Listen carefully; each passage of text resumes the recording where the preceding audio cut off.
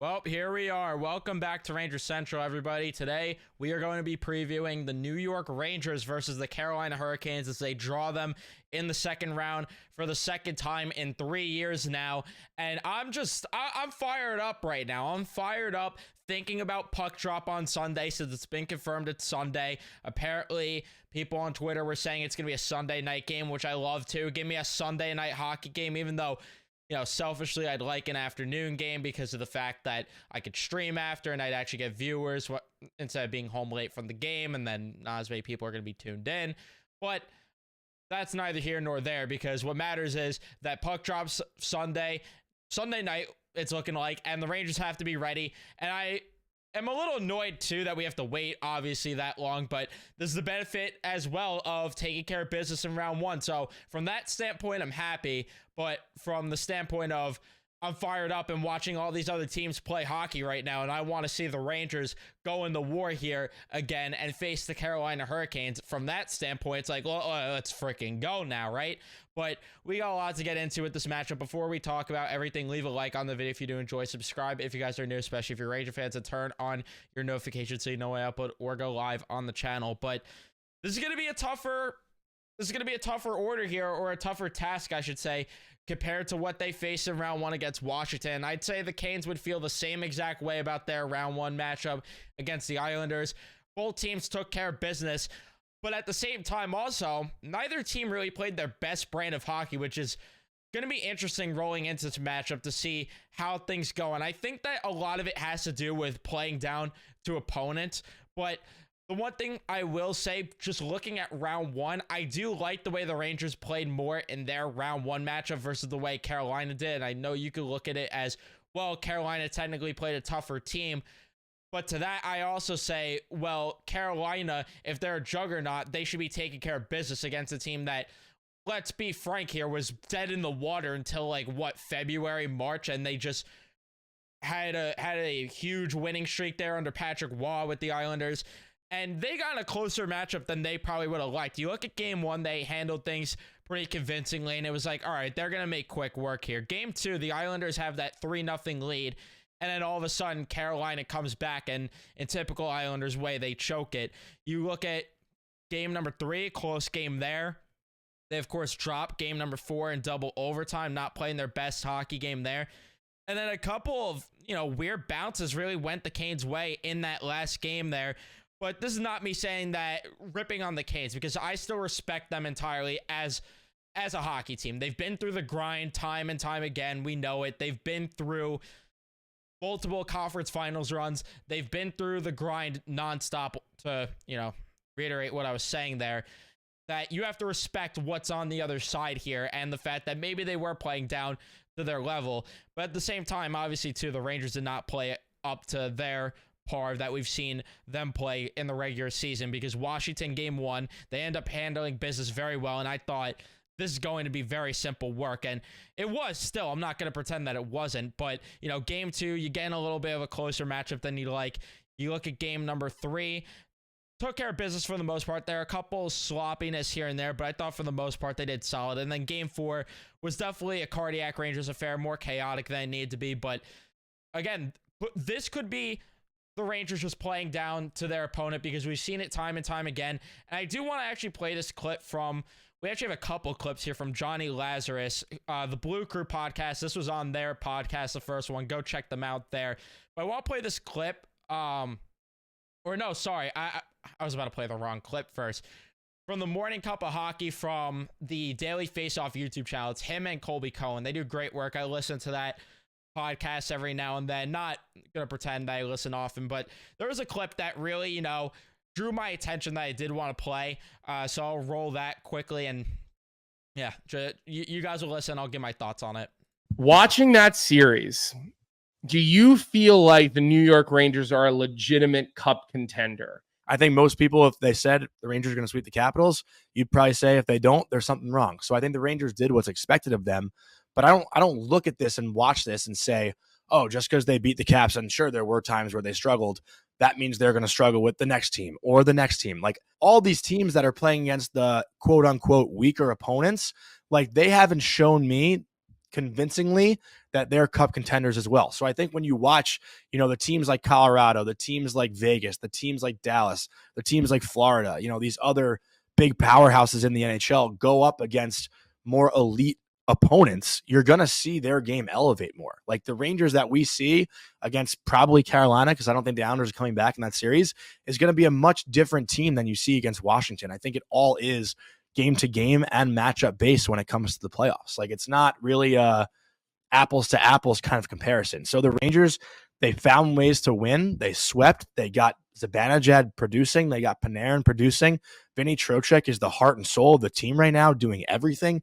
Igor Shesterkin making a ton of saves. Adam Fox stepping up physically. Chris Kreider scored some big goals. The fourth line chipped in. Matt Rempe had more fucking goals than Alexander Ovechkin. Are you kidding me? And to me, that's all they needed to do. And I 1,000% agree there. And I hate to, also give a pass for the Rangers playing sloppy, because you guys know that all year I've been very critical and some people don't like it, but it's just what it is. I call everything like it is with these games at the end of the day. But he's absolutely right. And there's a lot of data to back up this season that the Rangers have been a team that has played up to competition a lot. Now, there are times where, they've been bailed out by goaltending every now and then, or there are times that you see them, steal a game here and there, or they just flat out get killed by some of these opponents. Like Carolina, they did that at one point this year, as they lost 6-1 in one of those games. But then you look at the other ones, they got in close games, which I think is going to be, it kind of leads into one of my keys, is that the Rangers need to keep these games close if they want to win this series. And I think that they're going to be able to do that. The main thing, though, they have to get better. They have to get off to better starts than they have in these prior games. And that's one thing that I will say does worry me, that has lingered throughout the year, is the slow starts. And because I'm not going to sit here and act like everything is sunshine rainbows, at the end of the day, there are some worries I have, and that is probably my biggest worry, is the slow starts, because you cannot afford to get off those slow starts against a Carolina team. It's going to be a lot, and I trust Igor to weather the storm there, but it would help too if, you play some semblance of a defense in front of him to start off the game, and then that's going to lead to a lot of good offense like we've seen them do. And I think the offense does thrive, or will thrive, I should say, given Carolina's man-to-man scheme, which, a lot of people are talking about it throughout the media. And I agree with that value, that opinion, whatever you want to say, that I think the man-to-man defense is going to help the Rangers out a lot, because you have a lot of guys that could open up the ice for their teammates there. And you have a lot of guys that just could create space. I think it's going to expose Carolina, but at the same time, the Rangers on their side of things, they need to do a better job of cleaning up the puck breakouts, because that's been the biggest Achilles heel throughout the entirety of the season. And that was definitely their biggest Achilles heel during that Washington series. And again, the biggest thing that the Rangers have to help them with that flaw is Igor Shesterkin. The thing with Carolina, Freddie's been playing all right, but is he going to be able to elevate his game to another level that we have not seen in a very long time from a guy like Freddie Anderson to help them steal some games there? Like, he's going to have to steal maybe a game here and there if Carolina wants to win the series. That's something that you got to think about when it comes to, their side of things on that. But yeah, like I think what Johnny Lazarus said there is 1,000% accurate, that game by game is very different. You can't look at, and I know that I'm guilty of this, but you can't look at the entire optics, especially because of the fact that there's a huge break here. It's going to be different. This team's going to be different coming out of this break here, and hopefully for the better. I hope it's not going to be, one of those things where they're sloppy out of this break. I think they're going to be better, because here's the other clip I wanted to roll from the Blue Crew podcast with Johnny Lazarus, where he made a very good point that I had in my head, but there was also the exact records floating around from Statboy Steven, but I'll play the clip either way. This Ranger team, when you think about it, after every layoff or every break, they've come out firing. Early part of the season, their record at the start, I don't have the exact number in front of me, but one of the better teams in the NHL in the first 5 to 10 games. All-Star break, they come out. I think they won 8 straight after All-Star. Then this little gap into the first round, they sweep. Like, this team knows how to ramp it up, and I think a lot of that is because Laviolette. So this whole rest versus rust thing, maybe the first period of game one, they would look a little bit not out of place, but maybe the timing is a little bit off. It would take them a little bit to settle in, but I don't think it's a real issue of like them buying in. Like this team's bought in. I really have no concern about the Rangers showing up to game one and looking totally lost. And I think, I wouldn't have thought of that until you brought it up, to be honest. But I think there's something to be said about them going through it already in the regular season and having to ramp it up now. I'm going to stop the clip there, but yeah, again, I couldn't agree more that we've seen it all year, that this team has gotten better coming out of these individual breaks that they end up having there because of, like you mentioned, rolling into the season. They started off, I think it was like, I forgot. Well, I mean, it was what, 11-2-1 at one point, or 11-1-2, something like that. I don't remember exactly the record, but they got off to a scorching hot start, and then they had that all-star break, got off to a start. The gap between the regular season and the playoffs, they sweep Washington, and I'm not necessarily claiming here they're going to come out guns a blazing and they're going to roll over Carolina, because Carolina is a better opponent. Again, you have to respect what's on the other side here, but I really do think that this is a team that does thrive when they have these breaks, and I'm hoping that that's going to be a scenario. And I think either way, you're going to see slop in game one for both teams, because both teams are getting rest, and game one of series are usually the feel it out process to see, what each team's going to do. And you get the point. You know what feel it out means. I don't need to define it and explain it here, but point is that both teams are going to be feeling it out. And yeah, I think that does help as well, the Rangers, in terms of their game one standpoint, because that's a scenario where both teams might be getting off to a slow start. And I talked about the slow starts before. The Rangers usually thrive later in games. So game one, that should be an advantage in your favor. But again, the rest of the series, you do have to show up on time. There's no way around it. And then another thing that does have to be better from last series is the penalty kill. And I know they got a shorthanded goal, and the penalty kill did look good at a lot of times, but there were also times where they looked pretty sloppy, and that's how Washington did generate a lot of their chances and did get a good amount of their goals because of the penalty kill being a little too aggressive at times. They're going to have to be a little more patient, sit back more, and just be able to... They need to kill off these penalties against Carolina, because Carolina has a way better power play. That's basically what I'm getting at. I don't know why I was trying to reword what I was saying there, but long story short, Carolina's power play was, I think, second ranked in the league this year.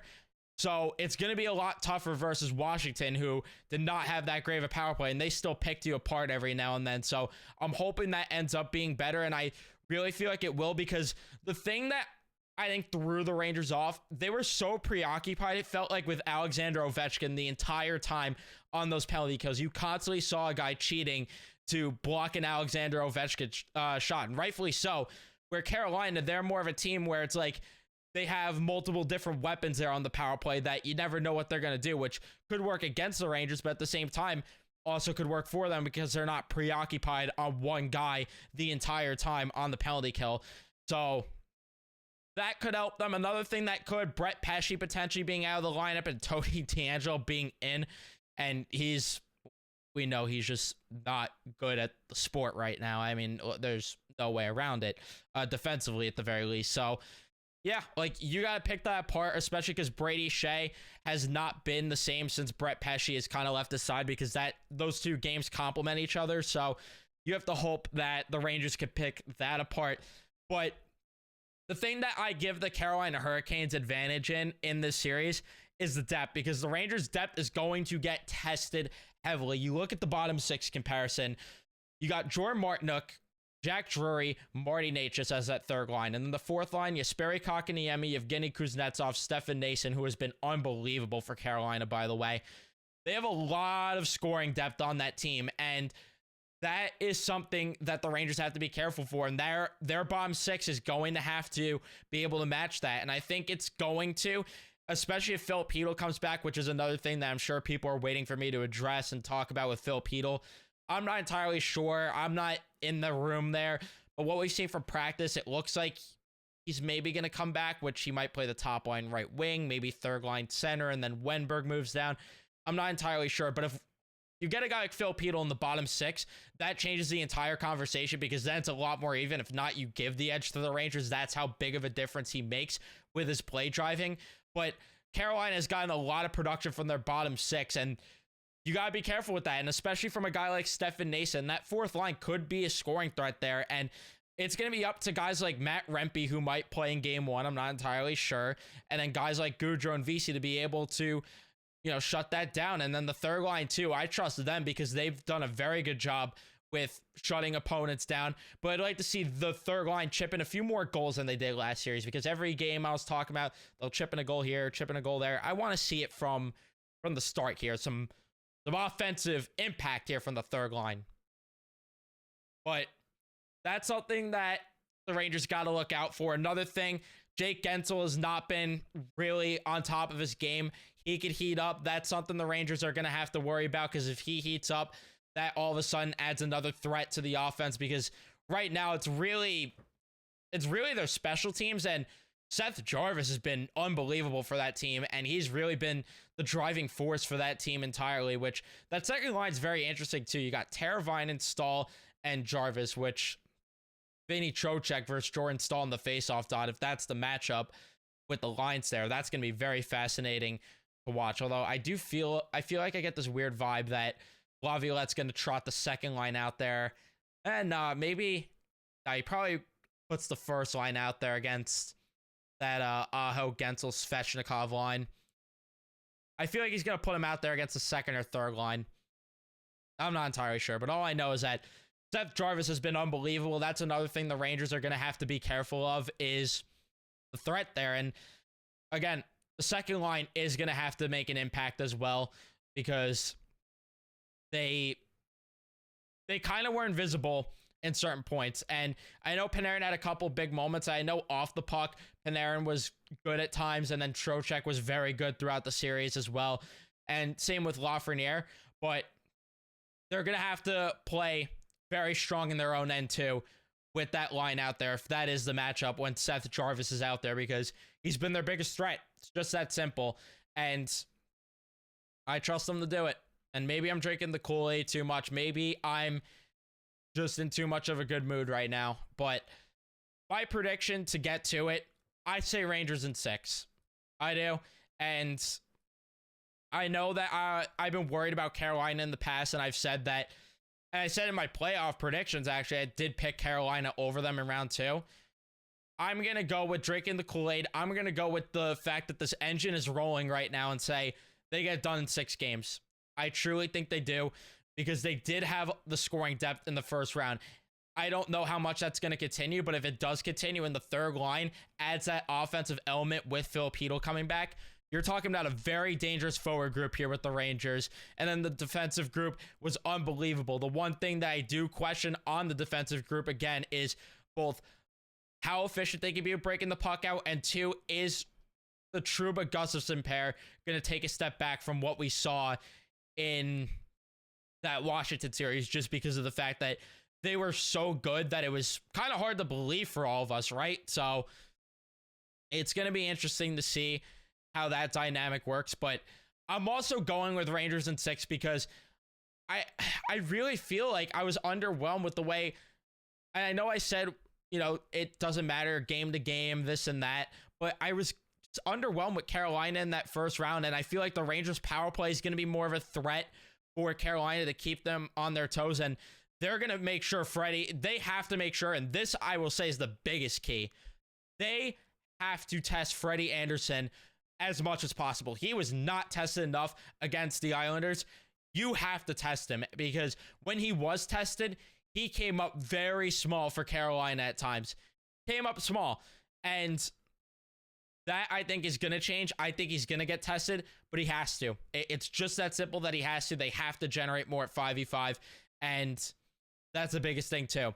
Carolina is the better 5v5 team, but I do see a world where the Rangers offensively do generate more at 5v5 because of the way Carolina plays in their own zone. But at the same time, this could be a scenario where teams are kind of exchanging some high danger chances back and forth, and maybe I'm underrating how high scoring of a series this could be, but I do think it might be low scoring at the same time because of the guy who's in net for the Rangers, and that's the way the Rangers want to keep the games too. Low scoring, because you look at the way they beat Carolina this year, low scoring affairs. You got the 1-0 win, And then the 2-1 win was all the way back in November. That's, kind of out of sight, out of mind.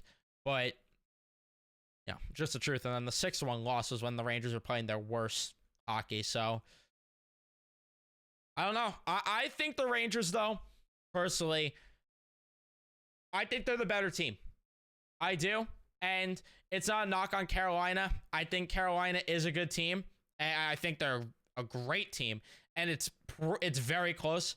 But I think the Rangers have the slight edge. And they have to get it done. I want them to have that pressure that they're the better team. I see all this talk about being the underdog. And I know that they're the underdog according to the odds.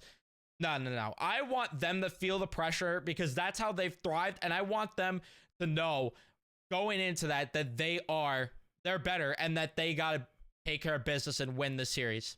And maybe I'm not as afraid as I should be. Maybe I'm getting a little too cocky and arrogant there, but I really could see the series going either way at the end of the day. Like, as much as I'm saying the Rangers are the better team, even though my prediction is Rangers in 6, the series could go either way. It could easily be Carolina in 6 or Carolina in 7. All I know is that I am fairly confident this goes 6 or 7 games. That I would be willing to bet the farm on with that one, the quote Buster Olney, although he was wrong about betting the farm. But listen, if the Rangers want to win 4 or 5, I'm not complaining. They somehow make it happen. Can't talk right now. That's going to be it for me. Thank you guys so much for watching. If you did enjoy, leave a like on the video. Subscribe if you guys are new, especially if you're Ranger fans. Turn on your notifications so you know I upload or go live on the channel next. I'll see you guys in the next one.